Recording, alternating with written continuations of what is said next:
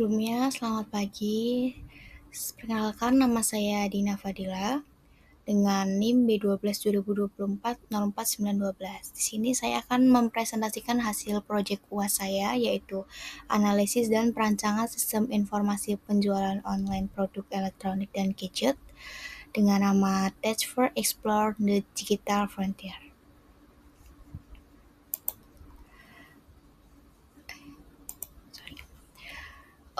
Tech4 merupakan platform e-commerce yang berfokus pada penjualan produk elektronik seperti handphone, laptop, PC, printer, dan lainnya. Platform ini juga melayani kebutuhan pelanggan individu maupun bisnis, serta menyediakan informasi spesifikasi produk yang lengkap dan sistem transaksi yang aman, serta pengiriman yang terpercaya. Sorry. Nah, di sini kita menganalisis TPS atau Transaction Processing System, yaitu sistem yang mencatat seluruh transaksi operasi, biasanya harian. Nah, kita mempunyai aktivitas utama yaitu registrasi atau login, lalu pencarian dan filter produk berdasarkan spesifikasi atau kebutuhan pelanggan, pemesanan dan check-out produk, pembayaran dan verifikasi, pengiriman pelacakan, retur dan garansi produk, serta melakukan restock ke supplier saat pencapaian batas minimum produk di sistem kita.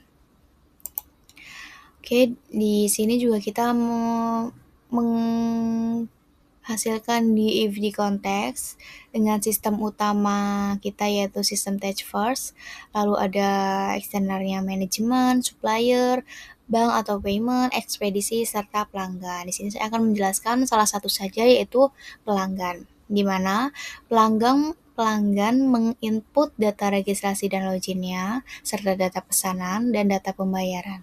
Nah, dari hasil tersebut, sistem akan mengoutput rekomendasi produk dan bonus sesuai klasifikasi. Mengapa ada bonus? Karena di sistem Tech4 sendiri akan menyediakan bonus dengan minimum tertentu atau peraturan tertentu. Oke, next ada di FD level 0, yaitu lebih kompleks atau lebih rinci. Ada pelanggan, lalu pelanggan akan melakukan 1.0 yaitu kelola pelanggan dan 2.0 kelola produk. Nah, di kelola produk ini akan memunculkan yaitu data produk, lalu data proses pemesanan yang menghasilkan D3 data pesanan, lalu next ke 4.0 yaitu proses pembayaran yang dimana ada konfirmasi pembayaran. Di situ terdapat biaya tambahan untuk proses pengemasan lebih aman, lebih teliti dan lebih aman untuk produk yang akan dipesan. Nah, di sini ada eksternalnya yaitu bank atau payment yang akan menghasilkan D4 yaitu data transaksi. Setelah proses pembayaran, kita akan 5.0 yaitu proses pengemasan dan pengiriman.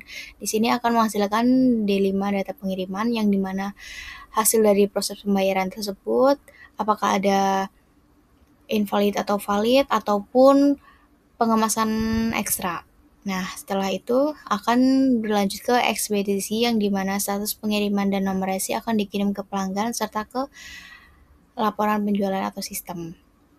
Setelah laporan penjualan akan berlanjut ke kelola pengadaan supplier. Nah, kenapa ada pengadaan supplier? Yaitu karena setelah melakukan check out, produk akan otomatis berkurang dan dicek apakah sudah batas minimum, maka jika sudah batas minimum akan otomatis restock dan juga tetap berkonfirmasi kepada pihak manajemen. Nah, di sini akan lari ke D2 atau data produk yaitu update stock. Nah, setelah itu kelola supplier akan lanjut ke manajemen, melaporkan hasil laporan penjualan serta supplier tersebut. Oke, next ada DFD level 1, yaitu saya memfokuskan pada proses pemesanan, dengan pelanggan menginput atau request filter produk seperti kategorinya handphone, tab, atau charger, dan lain sebagainya. Lalu sistem akan mengoutput deskripsi produk, spesifikasinya. Setelah itu akan melakukan 3.2 yaitu kelola keranjang, yang dimana pelanggan akan memvalidasi produk dan kuantitinya. Di sini akan menghasilkan sebuah D3 yaitu data pesanan dari hasil hitungan produk apa saja yang dipesan, lalu akan voucher promo dan pemilihan bonus sesuai dengan kriteria bonusnya sudah sesuai atau belum, lalu akan menghasilkan atau mengupdate D3 data pesanan, yang dimana data-data tersebut sudah terpotong oleh voucher dan mengeklaim bonus. Lalu lanjut ke 3.4 yaitu konfirmasi pesanan, lalu melakukan 4.0 yaitu proses pembayaran dan update stok di D2 produk, promo, dan stok. Update produk gitu. Oke, next ada perancangan DSS atau Decision Support System. Nah, pada Taskforce digunakan untuk membantu manajemen dalam mengambil keputusan strategis berdasarkan data dari TPS, data awal yang tadi, login dan sebagainya. Oke, di sini fungsi DSS yaitu menentukan produk, promo, dan flash sale, mengelola stok produk secara optimal, menganalisis tren penjualan, serta mengevaluasi pengiriman dan distribusi. Nah, data yang diambil dari mana? Kita akan mengambil data dari TPS seperti data penjualan, data promosi, voucher, dan bonus, serta data pengiriman dan data waktu transaksi. Detail transaksinya itu kapan dan sebagainya. Nah, output yang dihasilkan dari DSS tersebut yaitu produk bestseller, analisis tren penjualan, evaluasi efektivitas produk, dan prediksi kebutuhan stok. Oke, di sini saya mencontohkan sebagai produk bestseller dan analisis tren penjualan, yaitu ada yang paling tertinggi yaitu ada pada iPhone 17 Pro, yang dimana iPhone 17 Pro sangat dicari, terutama pada warna-warna tertentu. Ya, nah ini menjadi keputusan kita untuk apakah harus update stok terus atau tidak. Dan paling rendah ada di earphone. Oke, next.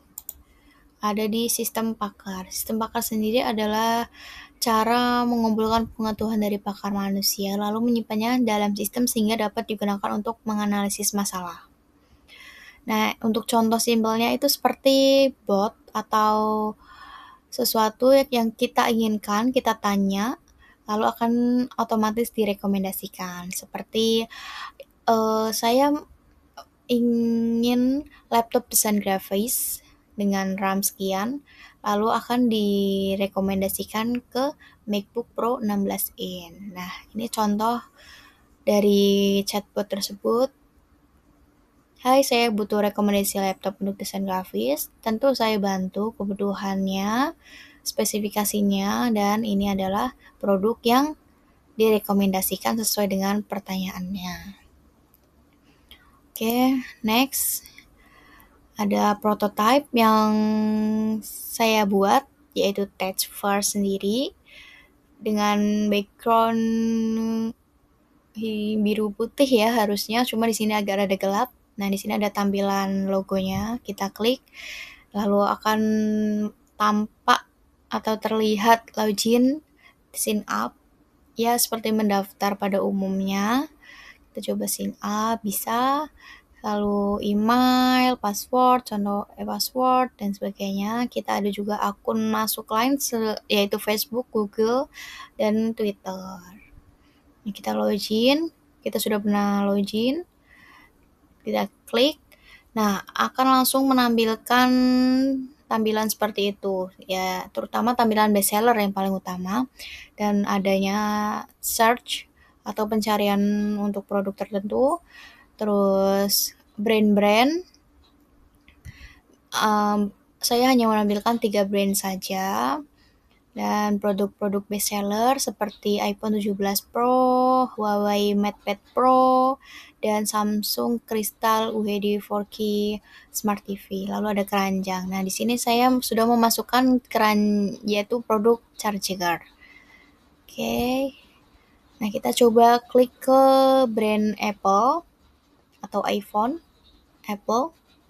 Nah, di sini akan ada muncul kategori-kategori dari brand tersebut, yaitu ada handphone, Apple iPad, dan lainnya. Nah, di sini saya menampilkan awalnya untuk adalah lainnya. Seperti ada iPod, ada handphone sendiri, ada jam atau e-watch, charger, dan MacBook.